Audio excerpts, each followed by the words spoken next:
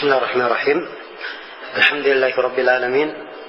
Wassalatu wassalamu ala al-mabuthi rahmatan lil alamin. Nabiina Muhammad wa ala alihi wa sahbihi wa man tabi'ahum bi ihsanin ila yaumiddin, amma ba'd.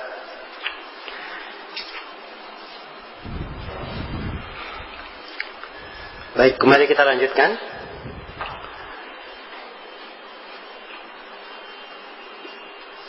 pembahasan yang terkandung di dalam hadits yang ketiga dari bab pertama tentang fadlul Islam.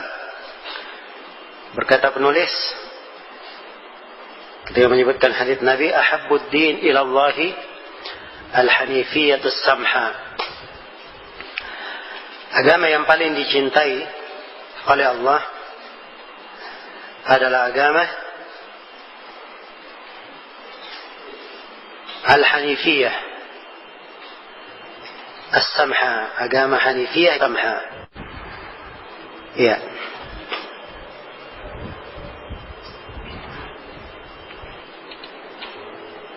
Apa arti al-hanifiyah?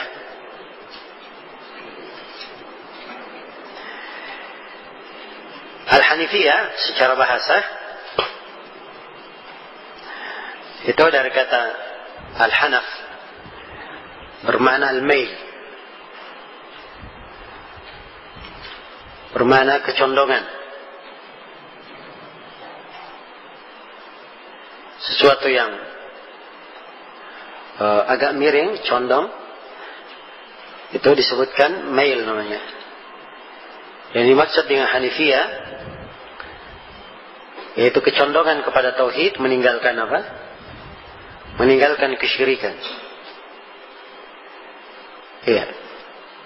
Karena itu asal penggunaannya dikatakan agama hanifiyah, karena di dalam Al-Quran Allah telah memerintah kita untuk mengikuti agama Nabi Ibrahim. Dan agama Nabi Ibrahim itu adalah agama hanifan, hanifiyah. Allah berfirman, ثم أوحينا إليك أن اتبع ملة إبراهيم حنيفا وما كان من المشركين. Kemudian kami wahyukan kepada engkau Nabi Muhammad agar supaya mengikuti agama Nabi Ibrahim yang hanif. Dan Nabi Ibrahim itu sama sekali tidak tergolong ke dalam orang-orang yang berbuat kesyirikan. Iya. Jadi beliau dikatakan hanifan sebab dimaklumi Nabi Ibrahim adalah panutan di dalam tauhid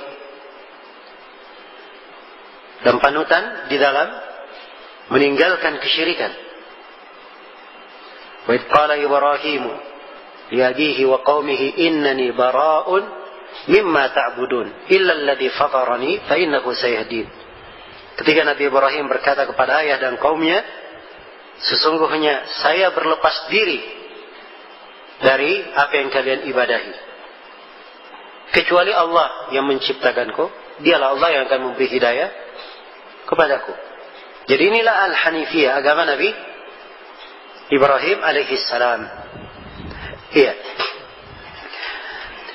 Agama Nabi Ibrahim alaihi salam. As-samha telah kita terangkan tadi artinya. As-samha artinya kemudahan, kemurahan, kedermawanan.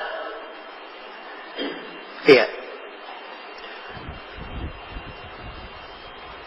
Kemudian satu kalimat lagi sebelum kita jelaskan keutamaan Islam dari hadits ini. Ucapan di dalam hadits ahabbud din, agama yang paling dicintai. Apa arti agama di sini? Ya, alif lam di situ ya, pakai alif lam dalam bahasa Arab. Ini bisa diartikan dengan dua pengertian. Jadi kalau diterjemah bisa dua penerjemahan. Ahabbuddin bisa diartikan di antara seluruh agama yang paling dicintai oleh Allah adalah agama Islam yang hanifiyah dan apa? Samha. Ya. Sebab sifat Islam secara umum adalah hanifiyah. Dan sifat Islam secara umum adalah agama yang penuh dengan samha, kemudahan, kemurahan, dan kedermawanan. Karena itu bahasa di dalam hadits-hadits lain, inna ad-dina yusrun, sesungguhnya agama ini adalah apa? Mudah. Ya. Dan Allah firman, wa ma ja'ala 'alaikum fid din min haraj. Dan kami tidak pernah menjadikan ada kesusahan untuk kalian di dalam beragama. Ya. Jadi ciri umum dari agama Islam adalah agama yang mudah. Mana yang kedua dari ad-din? Bisa diterjemah begini juga. Ad-din bisa artinya di dalam Islam ini, ya, di dalam Islam itu sendiri, hal yang paling dicintai dari ajaran-ajaran Islam adalah al-hanifiyah as-samha. Ajaran Islam itu banyak. Salah satunya tuntunan bertauhid, tuntunan mempermudah. Ya, bertauhid dan mempermudah ini dari ajaran Islam yang paling dicintai. Jelas ya? Jadi ini dua makna di dalam hadis. Ya. Jelas dibangun di atas mana-mana ini terdapat di dalam hadis ini keutamaan Islam dari beberapa sisi. Sisi yang pertama, ini dari penyebutan keutamaan Islam adalah al-hanifiyah, yaitu mencocoki agama Nabi Ibrahim yang merupakan seluruh seruan para nabi dan para rasul. Iya. Kemudian yang kedua, dia adalah agama yang samha, agama yang dimudahkan. Agama yang dimudahkan. Dan kemudahan ini bagian dari rahmat Allah Subhanahu wa taala terhadap umat. Karena berbeda dengan umat-umat sebelum kita. Ya, di antara umat sebelum kita, mereka banyak kesusahannya pada syariatnya, diuji dengan ujian-ujian yang berat. Iya, karena itu diutusnya Nabi kepada kita mengangkat sebagian hal yang berat di umat-umat sebelum kita. Sebagaimana firman Allah, wa yadau anhum israhum wal aghlal allati kanat alaihim. Dan Nabi ini mengangkat kesusahan mereka dan belenggu-belenggu yang tadinya menimpa mereka dengan diutusnya Nabi Muhammad sallallahu alaihi wasallam. Iya. Dan memang kalau dibandingkan, dibaca perbandingan tampak sekali. Saya beri contoh misalnya, ya, kaum Nabi Musa alaihi salam tatkala mereka berbuat kesalahan, jatuh di dalam dosa, menjadikan anak-anak sapi sebagai apa? Sesembahan. Setelah perginya Nabi Musa ke Bukit Tur. Iya. Setelah Nabi Musa kembali dan mereka bertobat, maka perintah tobat kepada mereka di dalam Al-Quran disuruh apa? Mereka disuruh membunuh diri mereka. Maksudnya, ya, mereka membunuh sebagian mereka membunuh sebagian yang lainnya. Iya. Nah, disebutkan di dalam tafsir bagaimana cara sebagian dari mereka membunuh sebagian yang lainnya. Cuma sebagian ahli tafsir menyebutkan bahwa kaum Nabi Musa itu dikumpulkan di satu lapangan, suatu tempat, kemudian mereka diselimuti oleh awan yang gelap, ya, sehingga mereka tidak mengetahui siapa yang berada di lapangan itu. Mereka pun saling membunuh di situ. Dan mati puluhan ribu. Di sebagian ada yang menyebutkan 70.000 yang mati. Perhatikan ya, beratnya keadaan mereka tatkala ingin apa? Ingin bertobat. Iya. Adapun umat Islam, tobat mereka dimudahkan oleh Allah Subhanahu wa taala. Di dalam syariat kita, siapa yang ingin bertobat, dikatakan tobatnya adalah tobat nasuh kalau terpenuhi padanya 5 syarat. Syarat yang pertama, dia ikhlas kepada Allah dalam tobatnya. Bukan orang yang terpaksa. Bukan pula orang yang riya. Syarat yang kedua, dia tinggalkan perbuatan dosa. Syarat yang kedua, dia tinggalkan perbuatan dosa. Yang ketiga, dia menyesali perbuatan dosa yang pernah dia lakukan. Syarat yang keempat, dia berniat dengan sungguh-sungguh, tidak akan kembali mengulangi dosa itu lagi. Ada azam, niat sungguh, kesungguhan dalam hati, tidak akan mengulanginya. Dan syarat yang kelima, ya, dia bertobat masih pada waktunya. Waktu bertobat itu kapan? Ya, waktunya luas ya. Sampai matahari terbit di arah mana? Ya, di arah barat, dan sampai nyawa sampai di tenggorokan. Itu waktu. Kalau nyawa sudah sampai di tenggorokan, matahari sudah terbit di arah barat, tidak ada lagi manfaat tobat. Iya. Sebagaimana Firaun tidak bermanfaat tobatnya. Nyawa sudah di depan matanya. Kematian sudah di depan matanya. Dan tidak ada manfaat tobat mereka yang telah bangkit kiamat padanya. Karena matahari sudah apa? Terbit dari arah barat. Iya. Maka ini 5 syarat. Subhanallah, hal yang dimudahkan. Kalau itu berkaitan dengan hak orang lain, ditambah syarat yang ke-6. Dia menunaikan urusannya dengan orang lain itu. Apakah dengan cara mengembalikan hak orang tersebut, atau dengan cara dia meminta maaf. Ya. Ini kemudahan yang Allah mudahkan untuk umat Islam. Ini dalam satu masalah. Dalam satu masalah. Belum lagi di masalah yang lainnya. Iya. Kalau umat sebelum kita, kadang mereka kalau buang hajat, buang ini, ada kain yang kena najis, iya, atau kulit yang kena najis, kadang kulitnya mereka harus kelupas untuk menghilangkan najis itu. Kalau kita dimudahkan oleh Allah Subhanahu wa taala. Ya, hanya dibersihkan dengan cara-cara yang telah dimaklumi, menggunakan air atau memercikkannya kalau kencing anak bayi dan seterusnya. Dari hal yang dimaklumi dalam pembersihan najis. Ya. Jadi ini beberapa sudut menjelaskan keutamaan Islam. Iya, menjelaskan keutamaan Islam. Jadi Islam adalah agama yang paling dicintai oleh Allah. Karena ada sifat ini, al-hanifiyah. Iya. Hanifiyah, kecenderungan kepada yang benar, kepada tauhid. Ini dalam banyak hal. Pertama dalam masalah akidah dan keyakinan. Seorang harus cenderung kepada yang tauhid, yang benar, meninggalkan kesyirikan, kebatilan.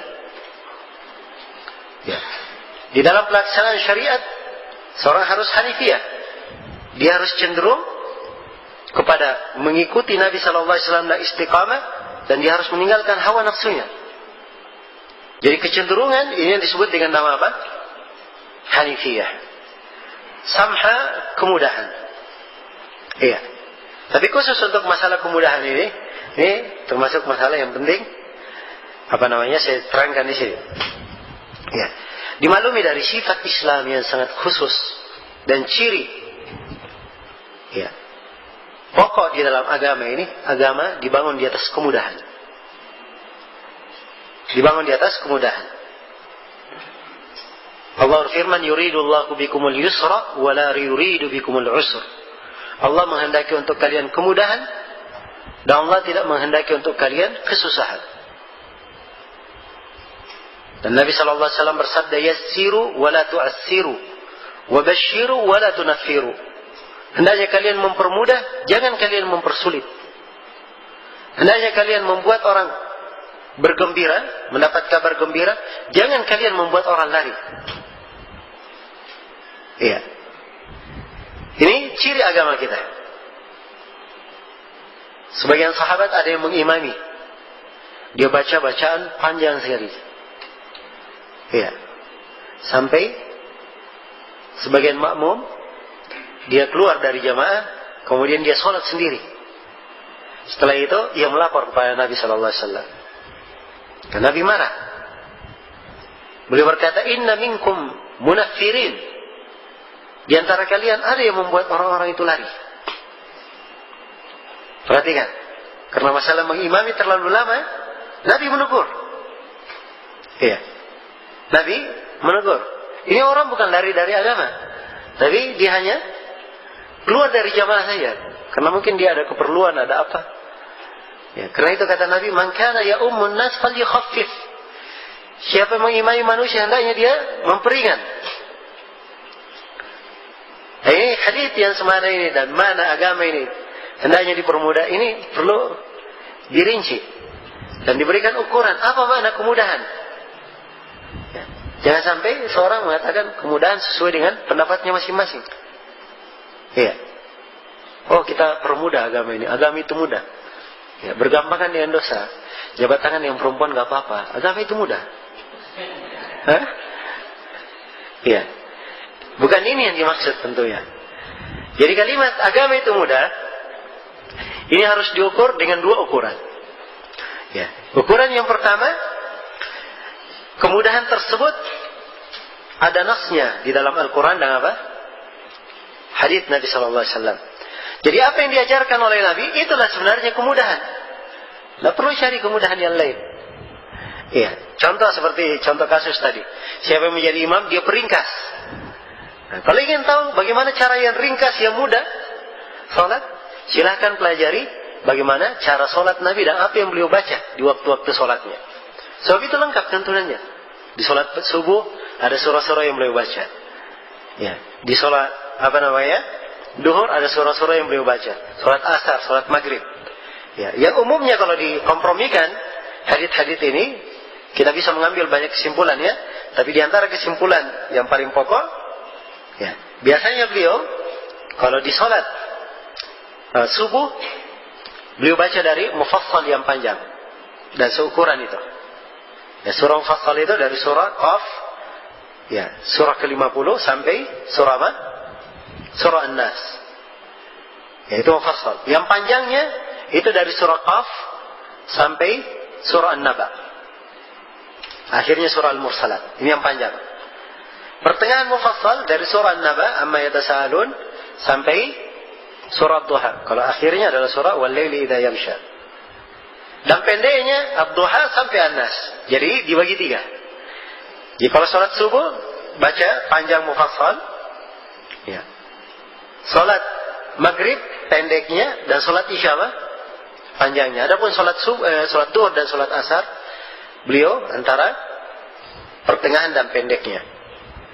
Jelas ya? Bagi ini bacaan. Jadi ada ukuran di dalam apa? Makna memperpendek. Ya.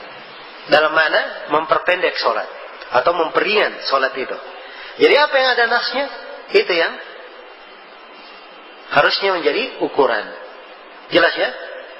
Ketika misalnya ditentukan hukuman bahwa orang yang mencuri, ya, dengan ketentuan dia mencuri barang nilainya lebih dari seperempat dinar, dengan ketentuan barang yang dia curi itu dia curi di tempat yang terjaga dan ketentuan-ketentuannya tentang hukum potong tangan, maka diputuskan hukumnya potong tangan. Oh, jangan dikatakan oh ini berat, kita ganti saja hukumnya. Ya, cari yang ringan. Sebab agama itu apa? Agama itu mudah. Nggak boleh seperti itu. Itu namanya mengganti hukum apa? Hukum agama. Justru itulah kemudahan. Ya. Ada yang membunuh, ia dibunuh juga. Dikisas dengan cara apa? Dibunuh. Walinya punya hak untuk menuntut orang tersebut dia apa? Dibunuh. Dan ini dari kemudahan dalam agama dan rahmat. Cuma banyak orang tidak mengetahuinya. Dianggap bahwa hukum-hukum Islam itu berat, kejam, dan itu kan sangkaan. Iya. Dari orang-orang yang tidak mengerti kemaslahatan manusia. Iya. Dan tidak adil dalam berpikir. Jadi kalau ada yang membunuh, dia dibunuh juga, itu dianggap kejam. Tapi tidak pernah dia pikir orang yang membunuh ini ketika membunuh orang, apa kejam atau tidak? Ya, itu aja perbuatan kejam, sudah melayangkan nyawa manusia. Jadi dia diberikan balasan yang setimpal, itu wajar. Dan ini punya efek jerak, membuat orang kapok, tidak berani membunuh. Ya, karena itu di dalam hukum Islam, hukum-hukum hudud itu tidak disembunyikan. Ya, hukum-hukum peradilan itu terang-terangan. Ada yang dipotong tangannya, dipersaksikan depan umum. Ada yang dikisos, ya, dipenggal memang di depan lapangan dan disunnahkan habis sholat Jumat. Ya, kenapa? Supaya banyak yang menyaksikan. Ada efek jerak. Oh ini kalau ada yang membunuh gini hukumannya. ada yang membuat kriminal, gini hukumannya. Jadi mereka pikir, wah, hati-hati, jangan berbuat dosa. Ya, kalau sekarang tidak seperti itu. Justru hukuman disembunyikan, eksekusi aja nggak dia lihat, ya kan? Jadi tidak ada efek jerahnya. Yang ditampakkan proses bagaimana bisa kriminal tersebut dilakukan. Yang mencuri, bagaimana dia mencuri sampai ketangkap, itu yang ditayangkan, disiarkan. Akhirnya mengajari masyarakat menjadi pencuri, perampok karena tontonannya. Orang-orang yang di desa tadinya nggak ada yang tahu cara mencuri. Ya, tapi karena lihat di TV, oh begitu caranya. Ya. Akhirnya dapat ilmu. Ya. Dan ini termasuk kerusakan di dalam pemberitaan. Dan ini semua sebabnya karena mereka tidak menimbang dengan timbangan-timbangan Islami. Coba kalau dia menimbang dengan timbangan Islami, terdapat di dalamnya kemaslahatan, kemudahan, dan penjagaan untuk manusia. Penjagaan untuk manusia. Ya, dan ini sebagian sudut ya, dari sudut-sudut keindahan dan kemudahan di dalam Islam ini. Baik, ukuran yang kedua, mengukur kemudahan itu adalah hal yang ditetapkan oleh seorang imam dan ahli ijtihad. Sebab sebagian hal itu perlu ijtihad orang-orang yang berilmu. Orang-orang yang berilmu yang menguasai dalil Al-Quran dan hadits Rasulullah SAW, menguasai ucapan para imam di setiap masa. Sehingga kalau ada pembahasan perkara, mereka bisa memberikan ukuran yang memang dikenal di kalangan ahlul ilm. Dan itulah kemudahan. Iya. Jadi dari sinilah ucapan Sufyan Ats-Tsauri rahimahullahu taala, beliau berkata, "At-tasydid yuhsinuhu kullu ahad. Innamal ilmu ar-rukhsa ta'tika min faqih." Mempersulit itu semua orang bisa mempersulit. Siapa yang tidak bisa? Iya. Tapi memberikan kemudahan, itulah ilmu keringanan yang datang dari ahli fikih. Ya. Sebab ini sifatnya memang ilmu. Tapi kalau mempersulit, semua orang bisa. Siapa yang tidak bisa? Iya. Semua orang mampu. Tapi memberikan sesuatu sesuai dengan kadarnya, hal yang pasnya, ini hanya tugas orang-orang yang punya ilmu agama. Ya, karena itu al-ilm adalah rukhsah, keringanan yang datang dari seorang ahli fikih. Jadi ini dua ukuran. Ya, dua ukuran di dalam mengukur kemudahan. Ya, sekali lagi kemudahan itu bukan diukur dengan akal sendiri, dengan hawa nafsu, bukan diukur dengan adat istiadat, kebiasaan, ya, mengikuti orang lain, tidak. Tapi ukurannya adalah timbangan syariat dan ijtihad dari ahlul ilm, dari orang-orang yang berilmu. Baik. Kemudian di dalam setelah menyebutkan 3 ayat dan beliau sebutkan juga 3 hadis, setelah itu beliau terangkan di sini beberapa dari ucapan as-salaf. Ya, beliau bawakan dari ucapan 2 orang sahabat radhiyallahu taala anhum. Yang pertama dari Ubay bin Ka'ab. Kata beliau, ya, ada di halaman 17. Kata beliau, "Wa an Ubay bin Ka'ab radhiyallahu anhu annahu qala." Dari Ubay bin Ka'ab radhiyallahu anhu, beliau berkata, "Alaikum bis-sabili was-sunnah.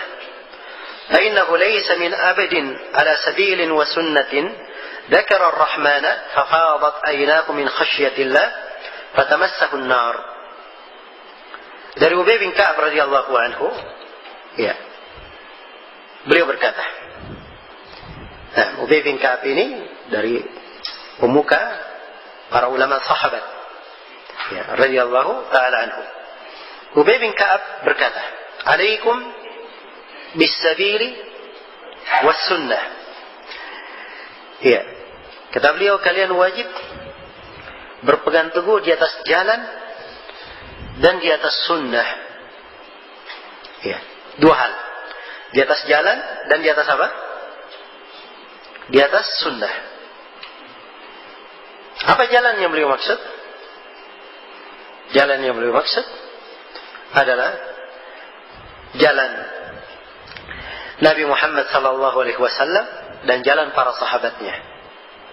Iya. Ini yang disebutkan dalam Al-Quran. Wa anna hadha sirati mustaqiman fattabi'uhu wa la tattabi'us subul fatafarraqa bikum an sabilihi. Sungguhnya inilah jalanku yang lurus, ikutilah jalan tersebut. Dan jangan kalian mengikuti jalan-jalan lain sehingga memecah kalian dari jalan Allah. Dan itu pula di dalam firman-Nya, "Qul hadhihi sabili ad'u ila Allahi ala basirah ana wa man ittaba'ani. Subhanallah wa ma ana minal musyrikin." Katakanlah ya Muhammad, hadhihi sabili, inilah jalanku. Aku berdakwah kepada Allah di atas jalan ini juga orang-orang yang mengikutiku. Iya. Jadi yang dimaksud dengan jalan, alaikum bisabil, hendaknya kalian berpegang dengan jalan. Itu jalan Nabi dan para sahabat. Was sunnah, dan hendaknya kalian berpegang dengan sunnah. Iya. Sunnah jelas maknanya ya. Yang dimaksudkan dengan sunnah adalah sunnah Rasulullah sallallahu alaihi wasallam. Ya. Jadi ini penggunaan dua hal yang mirip. Ya. Jalan Islam dan sunnah Rasulullah sallallahu alaihi wasallam. Dan kalimat sunnah itu sendiri punya dua makna. Dia punya makna umum dan punya makna apa? Makna khusus. Ya, makna umum itu artinya kalau dikatakan sunnah Nabi, artinya agama yang dibawa oleh Nabi seluruhnya dikatakan sunnah. Baik. Jadi alaikum bisabili was sunnah, hendaknya kalian berpegang di atas jalan, berpegang teguh di atas jalan dan sunnah. فإنه ليس من عبد على سبيل وسنة ذكر الرحمن ففاضت عيناه من خشية الله فتمسه النار. Kata beliau, karena tidaklah seorang hamba berada di atas jalan dan sunnah lalu ia mengingat Ar-Rahman, mengingat Allah yang Maha Pengasih dan Penyayang, sehingga mencucurkan air mata. Ya, karena dia takut kepada Allah, akan tersentuh oleh api neraka. Fatamassahun nar. Ya, jadi kalau misalnya ada orang yang menangis, dia ingat Allah, kemudian meneteslah air matanya. Ya, ini ibadah yang agung. Ibadah yang agung. Sebab al-khasyah, rasa takut kepada Allah adalah ibadah besar. Tidaklah seorang seperti ini keadaannya, tapi disyaratkan dia berada di atas jalan dan apa? Dan sunnah. Dia tidak akan disentuh oleh api neraka. Matanya tidak akan disentuh oleh api neraka. Dan ini ucapan Ubay, ya persis seperti hadits Nabi sallallahu alaihi wasallam. Kata beliau, ya ada beberapa riwayat ya, tapi dalam riwayat At-Tirmidzi, ainani la tamassuhuman nar. Ada dua mata yang tidak akan disentuh oleh api neraka.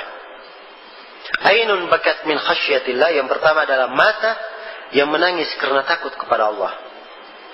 Yang kedua, wa ainun batat tahrusu fi sabilillah, dan mata yang ia tidak tidur di malam hari karena sedang berjaga di jihad fi sabilillah. Ini dua mata tidak disentuh oleh apa? Api neraka. Iya. Jadi ini persis seperti hadits Nabi. Tapi keutamaan ini didapatkan kalau dia apa? Ala sabilin wa sunnah, di atas jalan dan sunnah. Karena dimaklumi orang yang menangis itu banyak sebabnya. Iya. Orang yang menangis banyak sebabnya. Ya, karena itu Ibnu Al-Qayyim menyebutkan jenis-jenis tangisan, ada belasan jenis tangisan. Ya. Dan dari seluruh jenis tangisan ini yang bermanfaat cuma satu. Orang yang takut kepada Allah dan hal tersebut dia lakukan di atas sunnah Nabi. Itu yang bermanfaat. Adapun kalau dia menangis, takut kepada Allah, ya, tetapi tidak di atas sunnah, ini tidak memberi manfaat baginya. Tidak memberi manfaat. Jelas ya? Tidak mendatangkan manfaat. Tapi kalau dia takut kepada Allah sesuai dengan jalan dan sunnah, nah ini barulah dia mendapatkan keutamaan. Iya. Ada yang menangis karena memang itu profesinya, menangis. Ya. Dimaklumi ada kadang datang orang meminta ini, pandai sekali. Biasa karena kan serius. Menetes air matanya. Padahal dusta. Sebab memang itu profesi. Ya, dan ini ada ilmunya di masa ini. Ya, bisa dipelajari. Ya. Baik, ada yang menangis karena dia terlalu gembira. Ada yang menangis karena dia kena musibah. Ya. Ada yang menangis karena terharu. Ada yang menangis karena dia ikut-ikutan. Ada orang lain menangis, dia juga ikut menangis. Ya. Ada yang menangis karena dia malu kalau tidak menangis. Ya. Padahal orang lain apa? Menangis atau dia disuruh menangis. Nah, ini di pekerjaan orang, sebagian orang ya. Kalau ada yang meninggal, itu ada namanya ya, tangisan massal. Ya. Dia datangkan di situ orang-orang yang khusus untuk apa? Menangisi mayit yang sudah pergi ini. Agar supaya terkesan bahwa si mayit ini memang banyak orang yang kehilangan. Ya. Nah, ini dari hal-hal yang tidak di atas sunnah. Yang di atas sunnah itu cuma satu saja. Ya. Disyaratkan ini. Ala sabilin wa sunnah. Dia harus di atas jalan. Ya. Di atas jalan dan sunnah. Baik.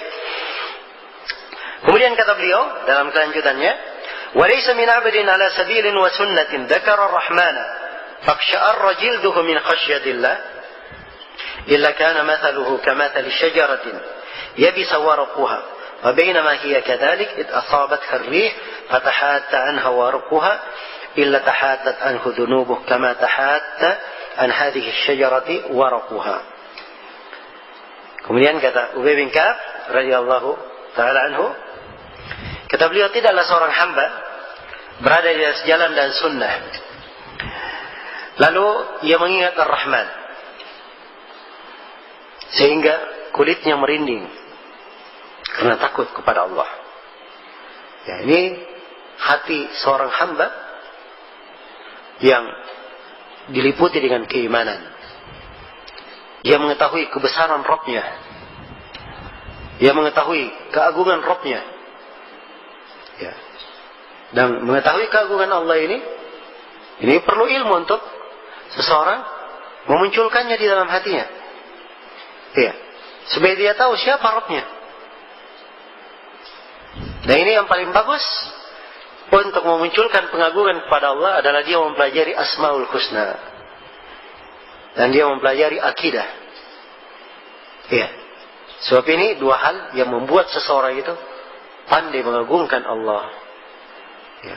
Dia tahu nama-nama Allah. Ar-Rahman, yang maha pengasih, yang maha penyayang, yang maha perkasa, yang maha keras siksaannya, yang maha memberi rezeki, yang maha mampu. Dia ingat Asmaul Husna sehingga betul-betul diagungkan Allah. Iya. Kalau dia punya pengagungan terhadap Rabb-Nya, maka seperti keadaan orang-orang yang beriman yang disebut di dalam surah Al-Anfal. Iya. Wa idza tuliyat alaihim ayatuhu innamal mu'minuna alladziina idza dzukirallahu wajilat qulubuhum. Orang-orang yang beriman itu kalau dibacakan nama Allah bergetarlah hati-hati mereka. Iya. Ini memberikan pengaruh ke hati karena adanya keimanan, pengetahuan terhadap Allah Subhanahu wa taala. Iya. Karena itu Ubay bin Ka'ab selalu menegaskan di atas jalan dan apa? Di atas jalan dan sunnah. Karena orang yang di atas jalan dan sunnah, mengerti Islam, mengerti sunnah, itulah yang bisa seperti ini. Iya. Yang bisa seperti ini. Karena takut kepada Allah. Kecuali keadaannya seperti pohon yang daun-daunannya telah mengering. Dalam keadaan demikian, angin pun menimpanya. Sehingga daun-daunnya berguguran. Maka dosa-dosa hamba tersebut akan berguguran sebagaimana daun-daun berguguran dari pohon itu. Ini keutamaan yang besar ya bagi siapa yang berada di atas sunnah. Ya, ibarat dia berdosa, dosanya bagaikan daun yang sudah kering, tertimpa angin, dengan dia menangis tertimpa angin, jatuh dosa-dosa itu. Sebagaimana daun-daun itu berjatuhan. Ya. Kemudian, dan ini poin yang paling pokok sebenarnya di sini, yang ingin diingatkan dan ditekankan oleh Syekh dengan membawakan ucapan Ubay bin Ka'ab. adalah kalimat yang paling terakhir dari ucapan Ubay bin Ka'ab. Dan ini menunjukkan fikih yang mendalam dari para sahabat. Kata Ubay bin Ka'ab, wa inna iktisadan fi sabilin wa sunnatin khairun min ijtihadin fi khilafi sabilin wa sunnatin. Kata beliau radhiyallahu taala anhu, sesungguhnya bersikap pertengahan, ya, iktisad itu tengah-tengah ya. Kadang orang bahasakan yang bahasa apa? Bahasa hemat. Ya. Karena itu bahasa Arabnya kalau perekonomian itu dikatakan iktisad. Dari kata apa? Dari kata pertengahan. Sebab orang belajar ekonomi untuk apa? Ya, dia pandai menggunakan harta itu dengan sebaik mungkin, kan begitu?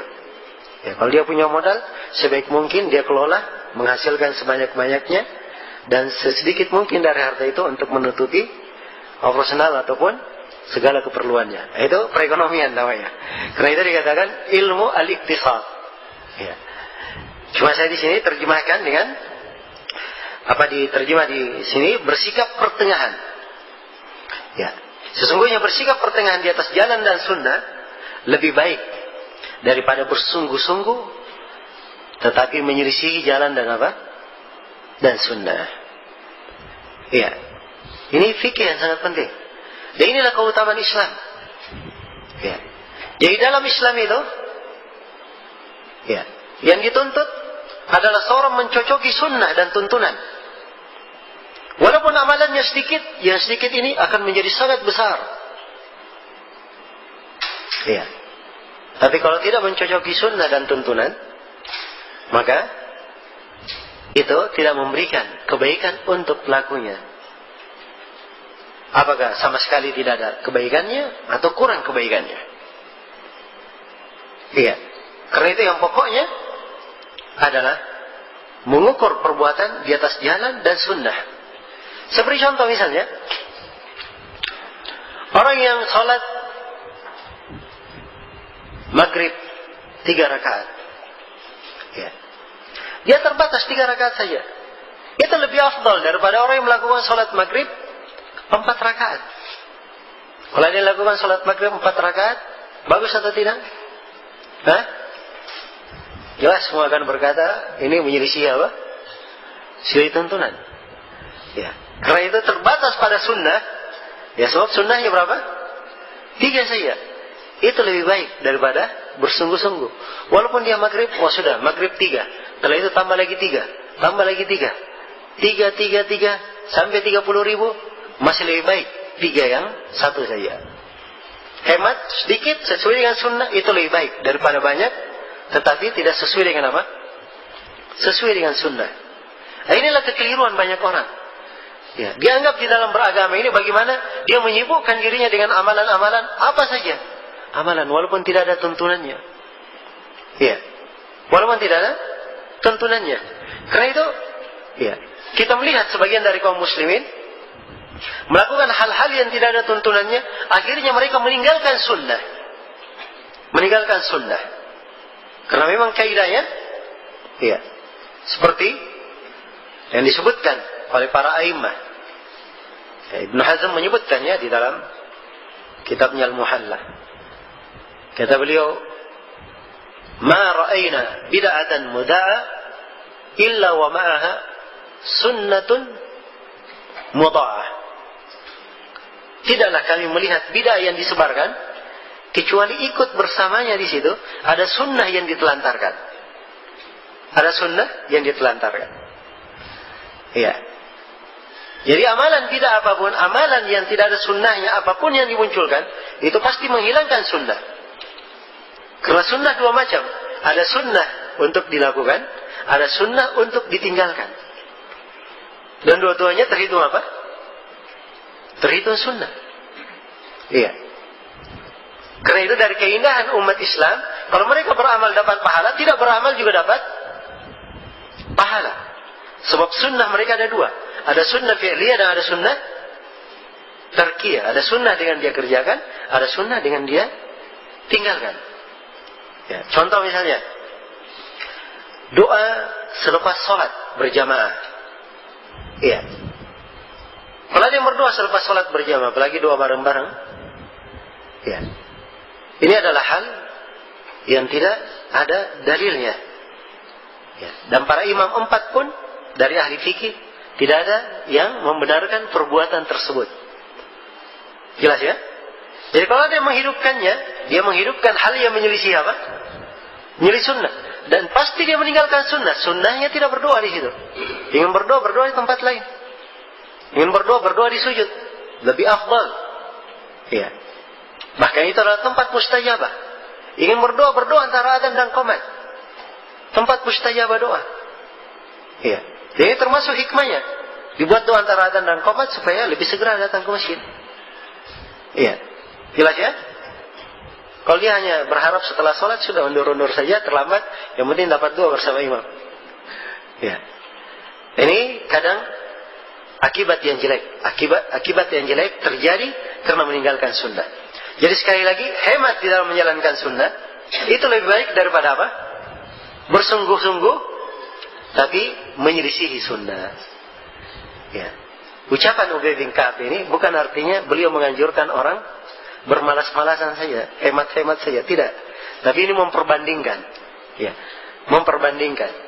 Tentunya kalau seorang bersungguh-sungguh sesuai dengan sunnah, itu tentunya pahalanya lebih apa? Lebih besar dan lebih besar. Ya. Karena itu ucapan beliau di sini, beliau ingin memperbandingkan bagaimana nikmatnya seseorang itu di atas keislaman yang benar. Ya, dengan keislaman yang benarnya ini, maka amalan yang sedikit itu menjadi sangat besar di sisi Allah Subhanahu wa taala. Baik, dan ini akan lebih jelas lagi dengan ucapan Abu Darda. Dan disebutkan oleh penulis di sini. Kata beliau rahimahullahu taala di halaman 19 ya. Wa Nabi Darda radhiyallahu anhu annahu qala, "Ya habbada naumul akyasi wa iftaruhum. Kaifa yuhbaduna سهر الحمقاء وصومهم لمثقال ذرة من بر مع تقوى ويقين أعظم وأفضل وأرجح من أمثال الجبال عبادة من المغترين." Dari Abu Darda radhiyallahu anhu beliau berkata, ya, betapa tidur dan berbuka orang yang cerdik lebih bagus daripada begadang malam dan puasanya orang yang bodoh. Ya. Perhatikan ya. Berdarda memberikan perbandingan. Ada orang yang cerdik. Orang yang cerdik yang beri maksud di sini adalah orang yang berilmu. Orang yang mengerti keislaman. Iya. Dia di siang hari tidak banyak puasanya, banyak kadang berbuka. Ya, bahkan sebagian hari dia tidak berpuasa. Di malam hari dia tidak satu malam sentuk menghidupkan malam harinya dengan sholat. Ada juga tidurnya. Ya, kata Abu Darda, berbukanya mereka dan tidurnya mereka di malam hari itu lebih bagus daripada apa? Daripada puasanya orang-orang yang tertipu, puasa tiap hari. Ya. Malamnya sholat apa? Satu malam suntuk. Ya. Karena ini menyelisih sunnah. Menyelisih sunnah. Karena Nabi SAW, ya, tidak melakukan puasa terus-menerus. Ya, dan yang lebih kuat di kalangan para ulama bahwa puasa terus-menerus itu hukumnya adalah makruh. Hukumnya adalah makruh. Lebih afdalnya kalau dia ingin puasa Daud, sehari berpuasa, sehari apa? Berbuka. Itu yang paling afdal. Kalau dia ingin turun sedikit, ada puasa Senin Kamis. Ya, ingin turun lagi, puasa 3 hari dalam apa? 1 bulan. Ya, ini lebih utama. Ya. Jadi posisi Nabi tidak berpuasa, di posisi tidak boleh berpuasa, maka itu lebih bagus. Di hari Id misalnya, Idul Fitri, Idul Adha, Ayyamut Tashrik, tanggal 11, 12, 13, Dzulhijjah. Ini 5 hari dalam Islam disepakati oleh para ulama haram berpuasa. Ya. Siapa yang tidak berpuasa di sini, itu lebih afdal daripada orang yang apa? Berpuasa. Ya. Demikian pula di malam hari. Nabi itu tidak pernah sholat apa? 1 malam penuh. Ya, kecuali di keadaan tertentu. Seperti bulan Ramadan. Ya, karena beliau pernah sholat tarawih mengimami Ya, setelah sholat subuh, setelah sholat isya, beliau berdiri mengimami para sahabat sampai dekat waktu sahur. Hingga sebagian sahabat mengkhawatirkan ketinggalan makan sahur. Iya. Ini di keadaan tertentu. Tapi kalau dia sholat satu malam suntuk tiap hari, ini tidak sesuai dengan apa? Tidak sesuai dengan sunnah. Dan akan datang nanti disebut oleh penulis, ya, hadits 3 orang yang datang ke rumah Nabi, yang bertanya tentang ibadah Nabi. Ada yang mengatakan mau puasa terus menerus, tidak berbuka. Ada yang mengatakan mau sholat satu malam suntuk, tidak tidur. Ada yang mengatakan tidak mau nikah. Yang perempuan hanya ingin sibuk dengan ibadah saja. Kemudian Nabi tegur mereka dengan keras. Jelas ya? Jadi ini menunjukkan bahwa ibadah itu dilihat, ya, kepada kecerdikan. Itulah bahasa Abu Darda di sini, al-aqyas, orang-orang yang cerdik, mengerti tuntunan. Ya. Kemudian kata beliau lebih memperjelas ya mana cerdik ini. Kata beliau, wala mithqalu darratin min burrin ma taqwa wa yakin. Ya. Kata beliau, sesungguhnya kebaikan sebesar darah, ya, disertai dengan ketakwaan, ya, dan keyakinan. Wala mithqal dzarratin min birrin, ya, itu min birrin, ma taqwa yakin. Satu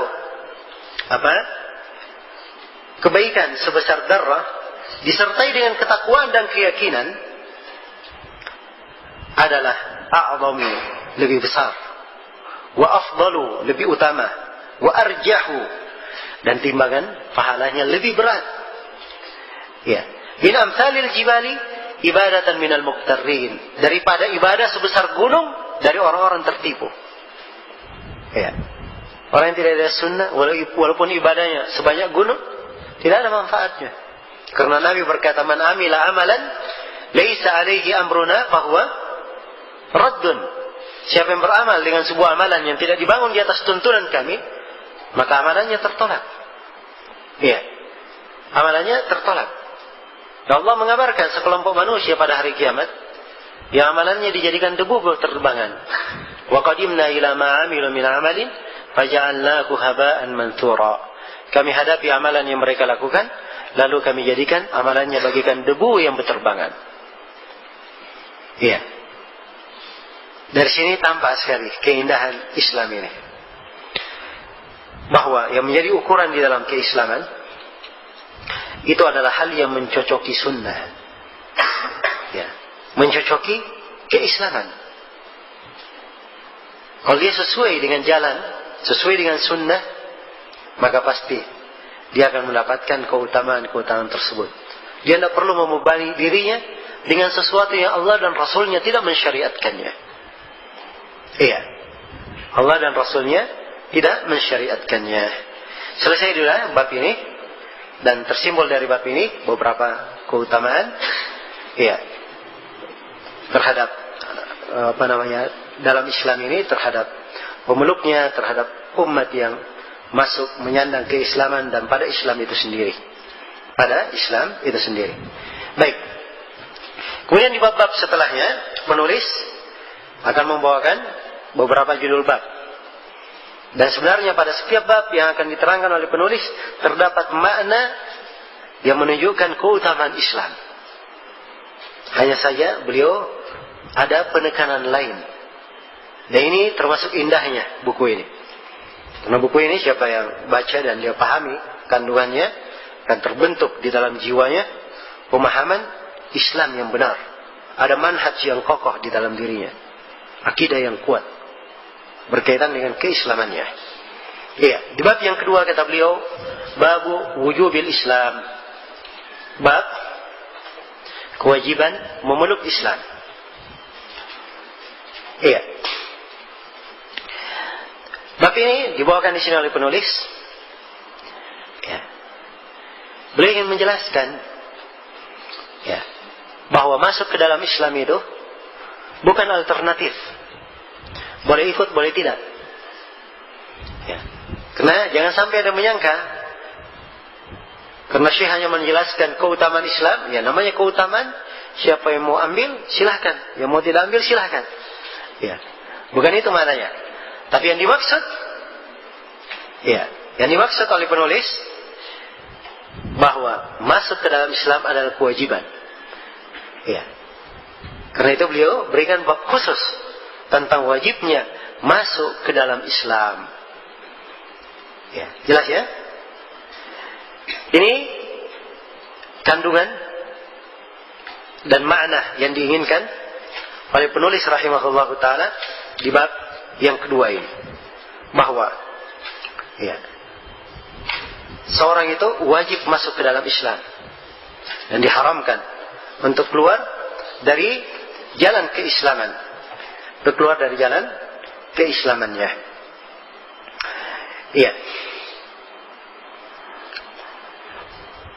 Beliau bawakan ayat-ayat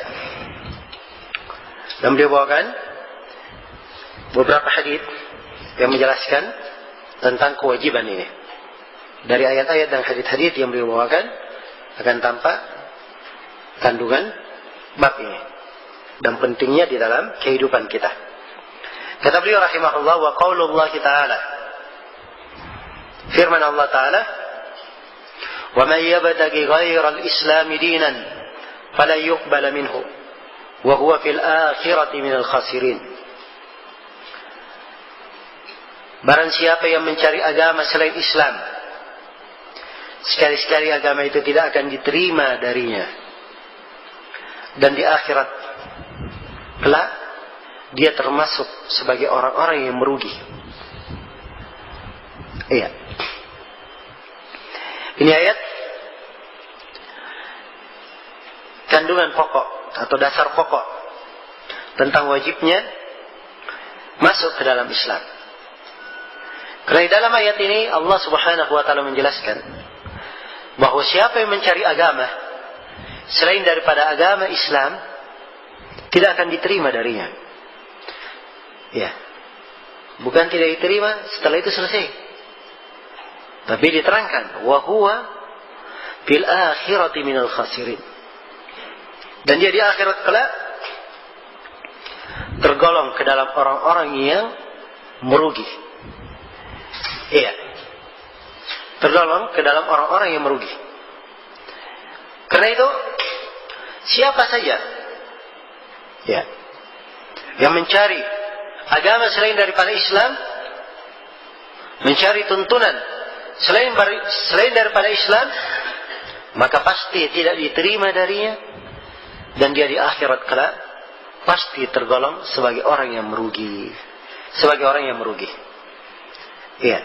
Maka ini kandungan dari ayat penegasan tentang wajibnya masuk ke dalam Islam. Cuma di sini ada satu fikih dari ayat yang sebenarnya banyak orang yang kurang memahami ayat ini. Sebagian orang menyangka bahwa ini ayat ini artinya siapa yang mencari agama selain Islam, maksudnya dia mencari masuk ke dalam Yahudi, Nasrani, Majusi, tidak diterima. Seakan-akan maknanya cuma itu. Padahal kandungan ayat lebih luas maknanya daripada itu. Tidak terbatas.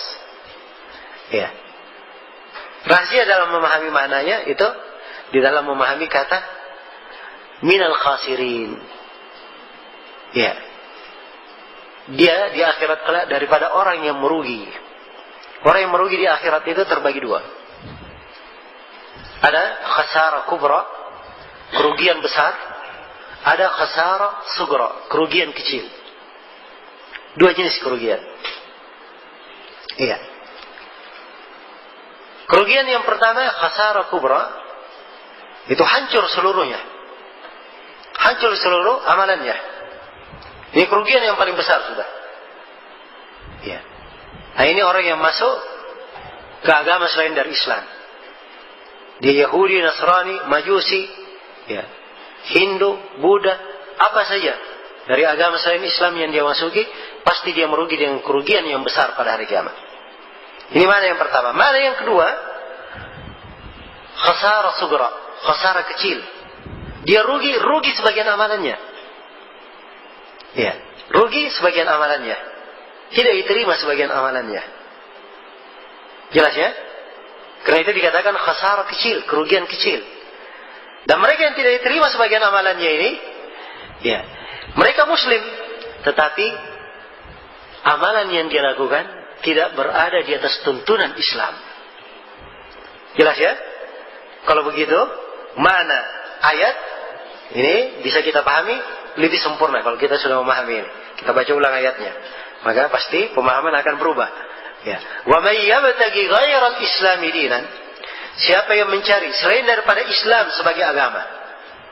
Jadi selain daripada Islam sebagai agama, apakah dia cari agama Yahudi, Buddha, Nasrani dan seterusnya, atau dia mencari selain daripada Islam sebagai agama, agama bermakna tuntunan.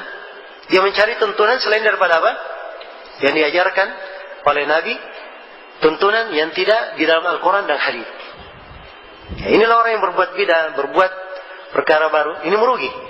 Sebab tidak diterima darinya. Tidak diterima darinya. Jelas ya? Jadi ini makna dari ayat. Karena itu ayat ini juga terdapat di dalamnya keutamaan Islam. Dari sisi, ya, segala keberuntungan itu sudah ada di dalam Islam. Segala keberuntungan sudah ada di dalam Islam. Kapan dia keluar dari keislaman, pasti yang dia dapatkan adalah apa? Adalah kerugian. Kerugian besar maupun kerugian kecil. Kerugian besar maupun kerugian kecil. Iya. Jadi sekali lagi ayat juga terdapat penjelasan tentang keutamaan Islam. Tapi Syekh di sini ingin menekankan makna wajibnya masuk ke dalam Islam. Ya. Jangan sampai ada yang menyangka, ya, keutamaan-keutamaan Islam ini hanya sekedar anjuran, alternatif saja, boleh ikut, boleh tidak. Ya, beliau ingin menekankan bahwa keutamaan itu tambahan anugerah dari Allah. Ya, untuk umat Islam. Tapi kewajiban itu ada di pundak setiap orang. Kalau dia tidak masuk ke dalam Islam, pasti dia adalah orang yang apa? Orang yang merugi.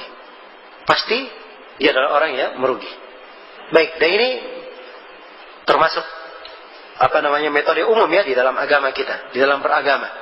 Seorang itu di dalam beragama, ya, jangan dia hanya semangat mendengarkan hadits-hadits tentang keutamaan saja. Ya, keutamaan beramal ini, keutamaan beramal itu. Ya, kalau dia lakukan sholat sekian, pahalanya ini. Kalau dia bersedekah sekian, pahalanya ini. Kalau dia haji begini, maka pahalanya begini. Dia hanya sibuk mengurus apa? Keutamaan, tetapi tidak mengerti hukumnya. Dasarnya, hukum masuk Islam adalah apa? Wajib. Keutamaan, walaupun dia tidak tahu, pasti dia dapatkan. Walaupun dia tidak tahu. Tapi hukum kalau dia tinggalkan, apa? Ini pasti rugi, kan begitu. Tapi keutamaan, saya nggak tahu pun ada keutamaannya. Kalau saya lakukan, maka tetap saya dapat apa? Dapat keutamaan tersebut. Ya, hanya saja memang orang yang mengetahui keutamaan tentunya lebih termotivasi untuk melakukan apa? Amalan. Dan ini fungsi keutamaan. Karena itu keliru orang-orang yang ya kerjaannya hanya baca fadail amal saja. Ya, keutamaan. Hari ini keutamaan, besok baca keutamaan. Tapi belajar nggak tahu. Cara sholat bagaimana? Nggak tahu bagaimana cara sholat. Ya. Wudunya bagaimana? Nggak tahu bagaimana cara wudu. Ya. Kamu wudu begini, kok begini caranya? Ya begitu saya lihat ayah-ayah saya dan nenek moyangku. Ya. Jelas ya? Ini tidak dibenarkan. Karena itu Nabi SAW ya mengajarkan wudu kepada para sahabat. Beliau peragakan dulu berwudu. Ya, hadits Utsman bin Affan ya, riwayat Bukhari Muslim. Utsman memperagakan wudu. Setelah berwudu, beliau berkata bahwa Nabi pernah memperagakan wudu seperti ini. Kemudian beliau berkata, "Man tawadda'a nahwa wudu'i hadha, thumma shalla rak'atayn la yuhaddits fihima nafsah, ghafara Allahu lahu ma taqaddama min dhanbi." Siapa yang berwudu seperti wuduku ini, lalu dia salat 2 rakaat, tidak membisikkan dalam dirinya sesuatu, maksudnya dia khusyuk salatnya, tidak terikut dengan bujukan atau syaitan memalingkan konsentrasinya, maka diampuni apa yang telah lalu dari dosanya.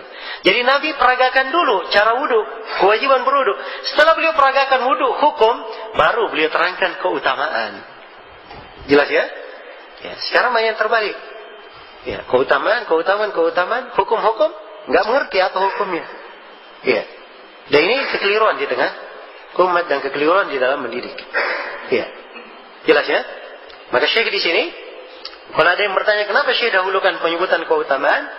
Ya, karena memang di dalam Al-Quran kadang disebut keutamaan dahulu baru hukum, kadang disebut hukum dulu kemudian apa? Keutamaan. Tapi dua hal harus apa? Harus terkait. Dan Syekh memberi judul umum Fadlul Islam. Dan kata keutamaan ini, keutamaan Islam masuk juga di dalamnya penjelasan tentang kewajiban. Ya, dan inilah bab yang kedua yang ingin beliau terangkan di sini. Baik, ini ayat yang pertama. Ayat yang kedua, kata beliau, wa qauluhu ta'ala, dan firman Allah Ta'ala, inna ad-dina indallahil Islam. Sesungguhnya agama yang diridhai di sisi Allah hanyalah Islam. Iya. Baik. Ayat ini terdapat di dalamnya penegasan bahwa agama yang diridhai di sisi Allah hanyalah al-Islam, hanyalah keislaman. Ya. Dan harus diketahui bahwa Islam itu punya dua makna. Iya. Ada makna umum dan ada makna apa? Makna khusus. Ya. Kalau Islam itu sendiri dari definisi bahasa, Islam artinya berserah diri. Dari sisi bahasa. Iya. Kalau dia sudah tunduk berserah diri, itu artinya dia sudah berislam. Itu dari sisi apa? Dari sisi bahasa. Kalau dari sisi istilah, Islam itu punya dua makna. Ada makna umum dan ada makna khusus. Iya. Makna umum, Islam definisinya diterangkan oleh penulis di bukunya yang lain. Nah di sini beliau terangkan, tapi di buku lain. Judulnya Al-Usul Ats-Tsalatsa. Beliau katakan al-Islamu huwa al-istislamu lillahi bit-tauhid wal inqiyadu lahu bit-ta'ah wal bara'atu minasyirki wa ahlihi. Islam itu adalah seorang berserah diri kepada Allah dengan mentauhidkannya. Berserah diri kepada Allah dengan mentauhidkannya. Iya. Wal inqiyadu lahu bit-ta'ah. Terikat kepada Allah dengan taat kepadanya. Wal bara'atu minasyirki wa ahlihi. Dan berlepas diri dari kesyirikan dan pelaku kesyirikan. Nah, itu keislaman. Iya. Pemurnian ibadah hanya kepada Allah dan berlepas diri dari segala yang diibadahi kecuali Allah. Nah, inilah Islam dengan makna umum. Iya. Islam dengan makna khusus yang dimaksud adalah rukun Islam yang 5. Disertai dengan amalan hati yang membenarkan rukun Islam ini. Iya. Karena itu Nabi ketika ditanya oleh Jibril, "Wa mal Islam?" Wahai Nabi Muhammad, apa itu Islam? Ya, maka Nabi jawab apa? An tashhada an la ilaha illallah wa anna Muhammadar Rasulullah wa tuqimas shalah wa tu'tiyaz zakah wa tasumu ramadhana wa tahujjal bait in istata'ta ilaihi sabila. Islam adalah engkau bersyahadat la ilaha illallah Muhammadar Rasulullah, tidak ada yang berhak diibadahi kecuali Allah, dan bahwa Nabi Muhammad adalah utusan Allah. Kamu menegakkan salat, mengeluarkan zakat, berpuasa di bulan Ramadan, dan berhaji ke Ka'bah apabila engkau punya kemampuan. Jadi beliau jawab Islam itu dengan 5 rukun Islam. Kemudian Jibril bertanya, "Wa mal iman?" Apa itu iman? Beliau menjawab, "An tu'mina billahi wa malaikatihi wa kutubihi wa rusulihi wal yawmil akhir wa tu'mina bil qadari khairihi wa syarrihi." Engkau beriman kepada Allah, kepada para malaikatnya, kitab-kitabnya, para rasulnya, kepada hari akhirat, dan engkau beriman kepada takdir yang baik dan yang buruk. 6 rukun iman. Iya, 6 rukun iman. Jadi keislaman dijawab di dalam hadis ini dengan makna khusus, amalan zahir. Tapi saya sebutkan tadi, amalan zahir harus ada dari keyakinan di dalam hati yang membenarkan apa? Zahirnya. Kalau zahir saja tidak ada keyakinan hatinya, itu tidak bermanfaat. Seperti kaum munafikin. Dia bersyahadat, kaum munafikin. Salat bersama kaum muslimin walaupun malas-malasan. Iya. Zakat dia keluarkan walaupun dengan kikir. Ya. Puasa. Ya. Ikut keluar berjihad walaupun apa? Ya, membawa masalah, menggembosi orang, ya banyak bicaranya. Ya.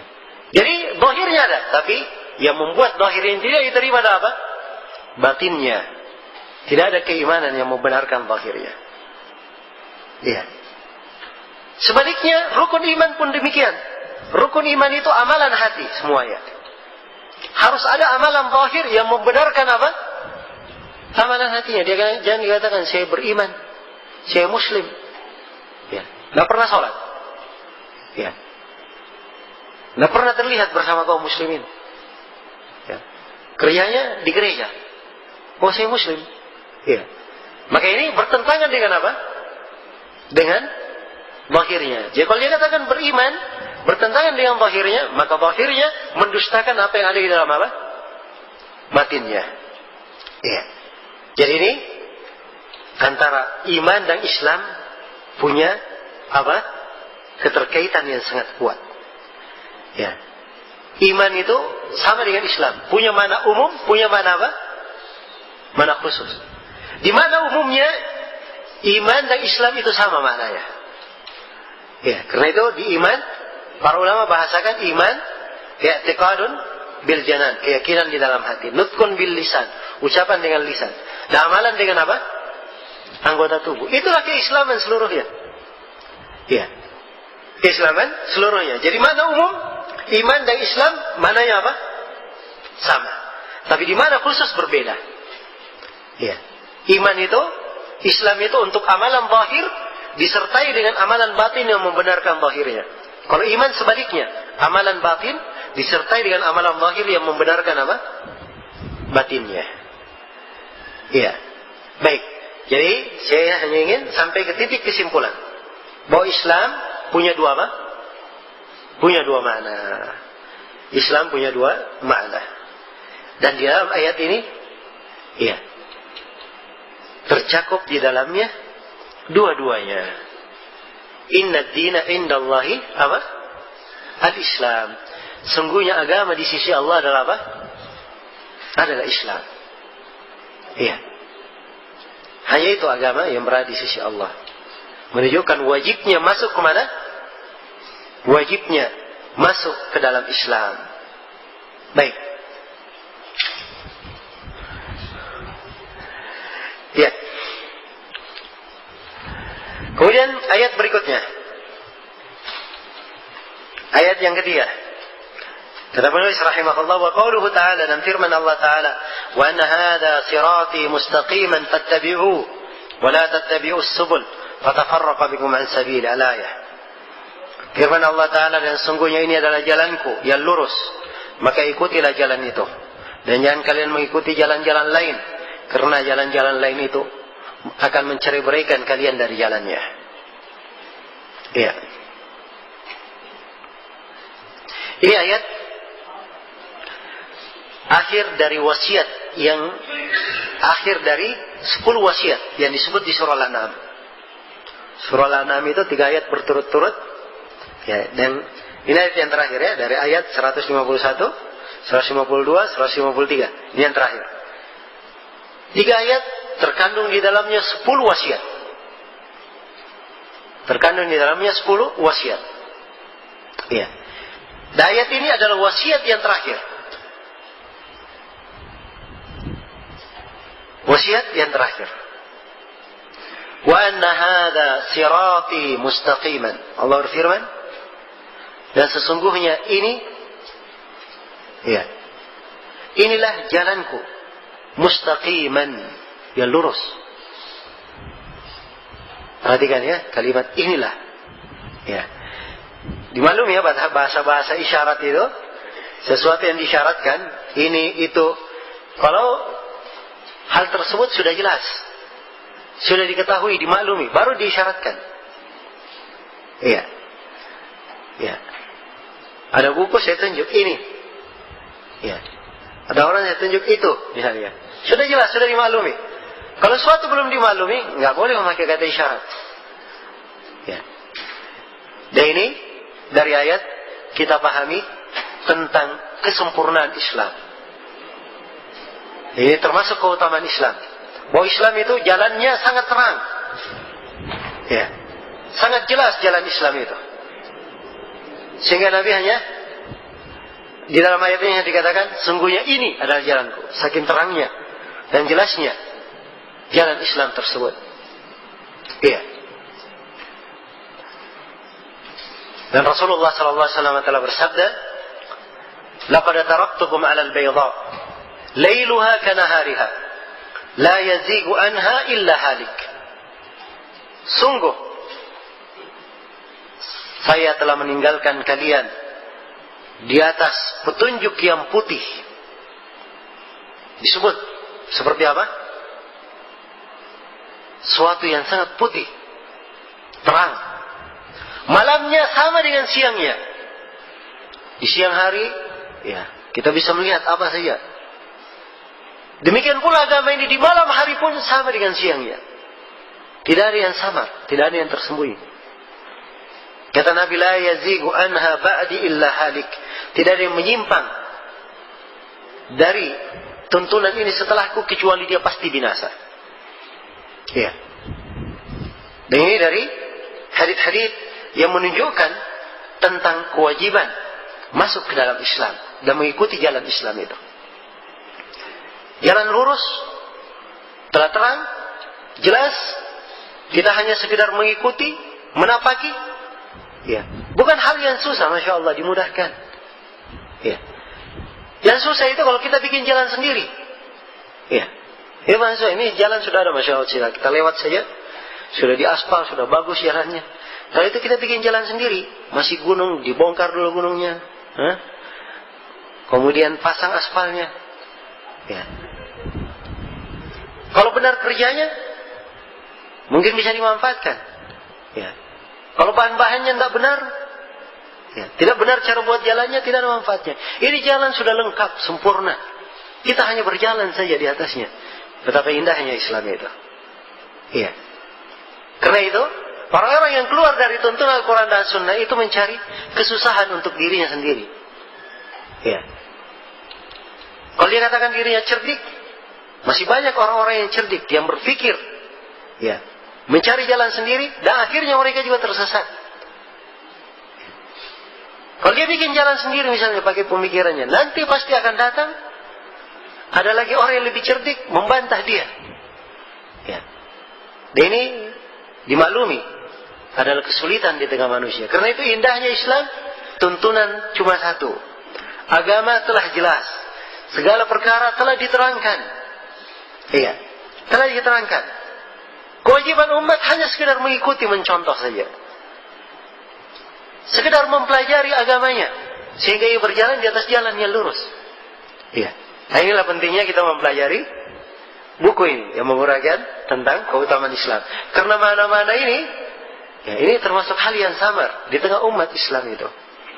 Iya.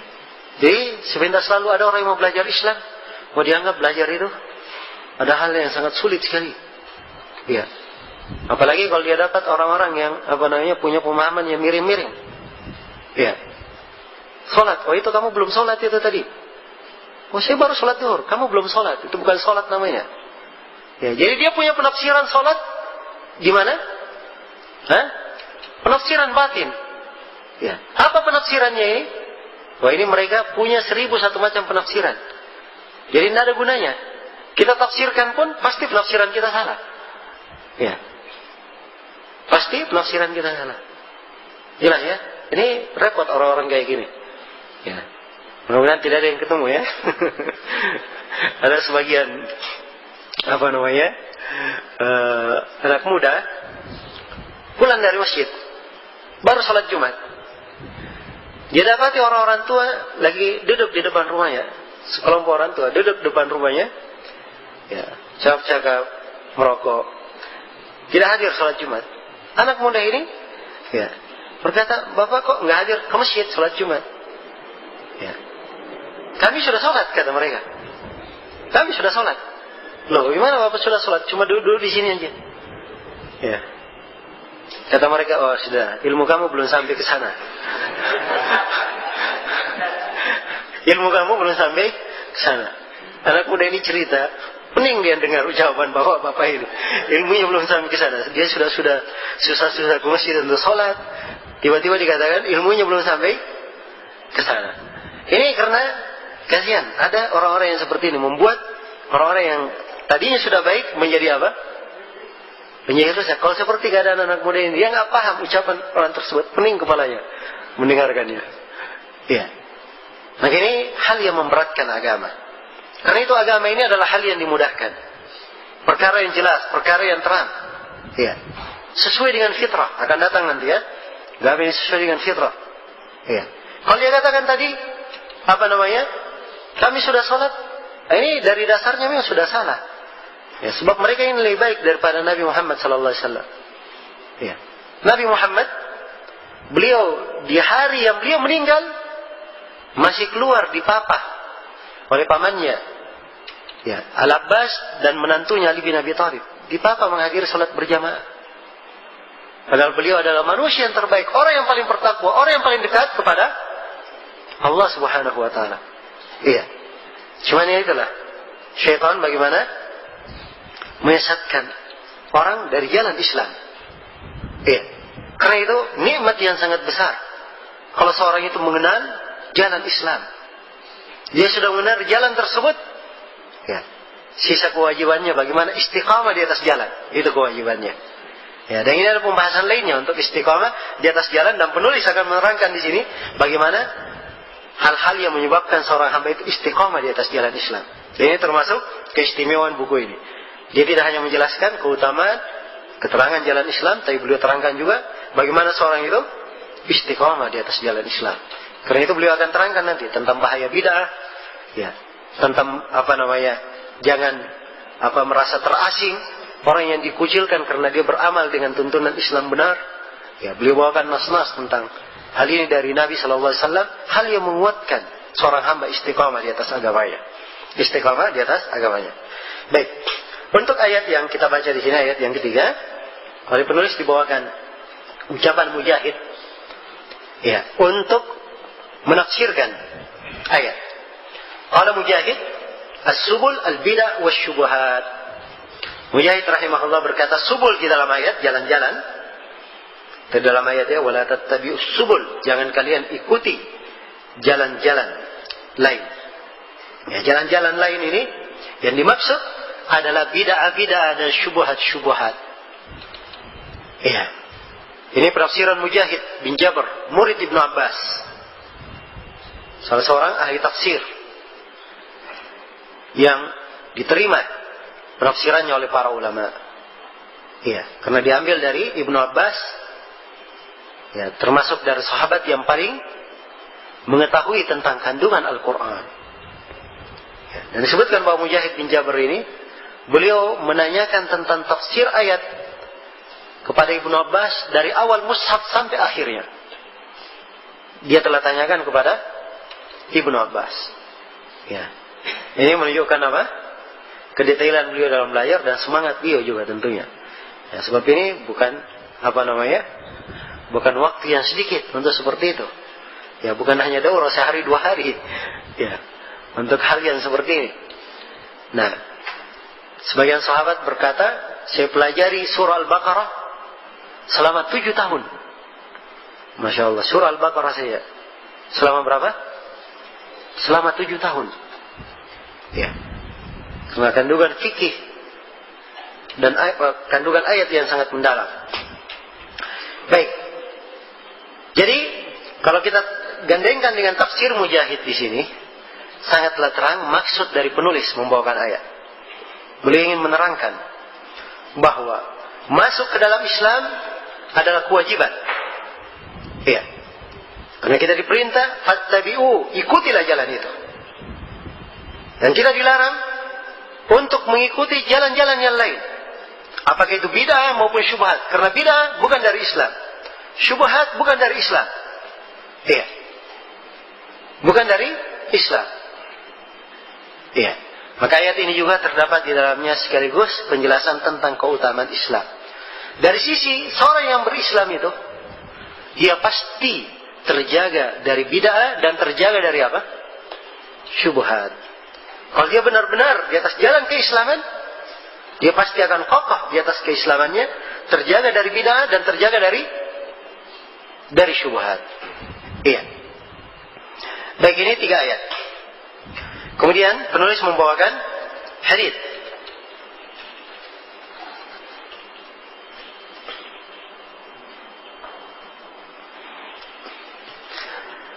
Baik. Kata beliau, wa Aisyah radhiyallahu anha anna Rasulullah sallallahu alaihi wasallam qala, "Man ahdatha fi amrina hadha ma laysa minhu fa huwa raddun." Akhraja. Dari Aisyah radhiyallahu anha, Rasulullah sallallahu alaihi wasallam bersabda, barang siapa yang mengada-adakan perkara baru dalam agama kita yang tidak berasal dari agama tersebut, sesuatu itu adalah tertolak. Maka sesuatu itu adalah tertolak. Iya. Ini hadits dibawakan oleh penulis untuk menekankan wajibnya masuk ke dalam Islam. Iya, karena amalan yang diterima itu hanyalah amalan yang dibangun di atas perintah Nabi, di atas perkara Nabi sallallahu alaihi wasallam. Siapa yang mengada-adakan jalan baru bukan dari agama, pasti jalan itu adalah jalan yang ditolak. Hal tersebut adalah hal yang ditolak. Kemudian lafaz yang lainnya kata beliau, wa fi lafdin man amila amalan laysa alaihi amruna fa huwa raddun. Ya, dalam riwayat lain ini oleh Imam Muslim saja ya. Ya. Al-Bukhari mengeluarkannya secara muallaq. Man amila amalan, barang siapa yang mengerjakan suatu amalan laisa alaihi amruna, yang tidak dibangun di atas perkara kami, fa huwa raddun, maka amalan itu adalah tertolak. Iya, ini hadits termasuk hadits pokok. Dan ada fikih yang harus dipahami dalam hadits ini. Iya.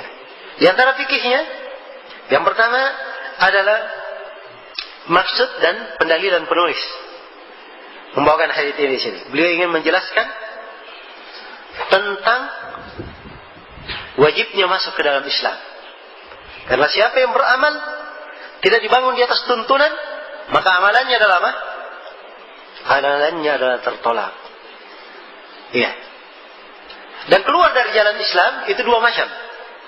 Ada keluar keseluruhan, bahasa lainnya murtad, dan ada keluar sebagian. Muslim tapi dia berbuat bidah, penyimpangan. Itu keluar sebagian. Ya. Dan seluruh bentuk keluar dari jalan Islam ini, itu semuanya dihitung bidah. Karena itu bidah 2 macam. Ada bidah yang mengkafirkan, dan ada bidah yang tidak apa? Tidak mengkafirkan. Iya. Ada bidah yang tidak mengkafirkan. Dan dua-duanya adalah tertolak. Kemudian yang ketiga, di antara fikih hadits ini adalah timbangan untuk amalan yang zahir. Karena amalan itu ditimbang dengan 2 hal. Dengan zahirnya dan dengan batinnya. Iya. Hadits yang menimbang batinnya itu adalah hadits apa? Innamal a'malu binniyat. Sungguhnya amalan itu tergantung niatnya. Ini yang menimbang apa? Amalan batin. Hadits yang menimbang amalan zahir ini, amalan itu harus dibangun di atas apa? Tuntunan Nabi sallallahu alaihi wasallam. Ya, karena itu tidak benar ya kalau ada yang berkata, "Oh, saya beramal, berbuat. Yang penting apa?" Ya, yang penting niatnya. Kalau ditegur misalnya, "Loh, kok Bapak salaman dengan perempuan?" Ya, saya pernah menegur ya waktu masih kecil dulu, saya pernah bilang kepada seorang guru ya di sekolah, "Kenapa Bapak salaman dengan perempuan?" Kata Pak gurunya, "Yang penting hatinya." Ya. Yang penting hatinya. Ya. Jadi dia hanya mengukur apa? Niat saja. Ya, dan ini keliru. Ya. Yang ini keliru. Sebab Nabi sallallahu alaihi wasallam bersabda, "La yamassa ahadukum la yuf'ana ahadukum fi ra'sihi bi mikhyatin khairul lahu min an tamassahu imra'atun laysat mahraman lah." Andai kata salah seorang dari kalian itu ditusuk ya dengan jarum besi menembus kepalanya, itu lebih baik baginya daripada dia disentuh oleh perempuan yang bukan mahramnya. Ini ukuran. Kalau ingin mengukur, ini hadits Nabi melarang. Sekarang dia melakukan sesuatu yang menyelisih hadits Nabi. Berarti itu adalah amalan apa? Amalan yang tidak diterima, amalan yang keliru. Ya. Karena itu ini hadits ukuran amalan batin. Kemudian hadits ini ukuran amalan zahir. Kemudian hadits ini adalah termasuk hadits yang menjelaskan tentang bahaya bid'ah, bahaya berbuat perkara baru dalam agama. Ya, dan untuk pembahasan bid'ah ini akan datang nanti satu bab khusus diterangkan oleh penulis tentang bahaya bid'ah sebagai pelengkap menjelaskan kesempurnaan Islam. Ya, sebab dari kesempurnaan Islam seorang berada di atas tuntunan sesuai dengan sunnah sudah. Siapa yang keluar berarti dia telah melakukan bid'ah. Telah melakukan bid'ah. Baik. Namun yang perlu saya ingatkan bahwa hadis ini dibawakan oleh penulis dengan dua lafaz. Ya. Kenapa? Padahal maknanya sama sebenarnya. Tapi kandungan lafaznya ada fikih yang membedakan pada titik tertentu. Dan ini penting untuk diketahui. Kalau lafaz yang pertama, man ahdatsa fi amrina hada, siapa yang mengada-adakan di perkara kami ini. Ya. Jadi di sini pembicaraan ditujukan kepada orang yang mengada-adakan. Apakah bid'ah yang diada-adakan itu dia lakukan atau tidak? Tidak ada perbedaan. Yang penting dia ada-adakan perkara baru, pasti tertolak yang diadakan. Kalau lafaz yang kedua adalah amalan. Siapa yang beramal. Jadi amalan bid'ah tertolak. Apakah dia mengada-adakannya atau bukan? Yang penting itu bid'ah, pasti apa? Tertolak. Jadi hadits ini dengan dua konteksnya memberikan dua makna sekaligus. Bahwa bid'ah semuanya tertolak. Apakah dia mengada-adakannya atau bukan? Tertolak. Bid'ah yang diamalkan adalah tertolak. Dia mengikuti orang lain atau dia membuat sendiri, semuanya sama saja. Dianggap apa? Tertolak, tidak diterima. Jelas ya? Ini kandungan dari dua lafaz ini. Ya. Karena itu, ya, kita memahami hadits Nabi dan mempelajari kandungannya, kebaikan yang sangat besar. Banyak sekali fikih di dalamnya. Nah, dan inilah pentingnya seseorang itu menuntut ilmu, mempelajari ilmu, ya, mengkaji ayat-ayat, hadits-hadits. Ya. Sebab seperti ini kalau kita baca ayat hadits, kita uraikan makna-maknanya, maka akan terdidik jiwa ini, mengagungkan agama. Ternyata ayat-ayat dan hadits-hadits kadang sering lewat bersama kita, ternyata di dalamnya ada kandungan-kandungan yang agung. Ya. Yang menunjukkan pentingnya kita mempelajari. Pentingnya kita mempelajarinya. Iya. Baik, selesai sini. Hadits Aisyah radhiyallahu taala anha dengan dua lafaznya. Ya. Baik, ini waktunya sudah habis ya. Sudah. Harusnya kita berhenti tadi jam 16.30. Sekarang 16.48. Ya, sudah lewat 18 menit. Baik. Tidak ada masalah untuk sesi ini, kita sampai sini dulu. Nanti insya Allah kita lanjutkan nanti di sesi berikutnya. Sebentar setelah sholat isya. Ya. Selepas sholat langsung kita lanjutkan. InsyaAllah ta'ala. Baik, untuk sementara saya cukupkan dulu sampai sini. Semoga apa yang kita dengarkan pada sore hari ini ada manfaatnya. Hadanallahu wa iyyakum ajma'in. Subhanakallahumma bihamdik. Asyhadu an la ilaha illa anta. Astaghfiruka wa atubu ilaik. Walhamdulillahi rabbil alamin.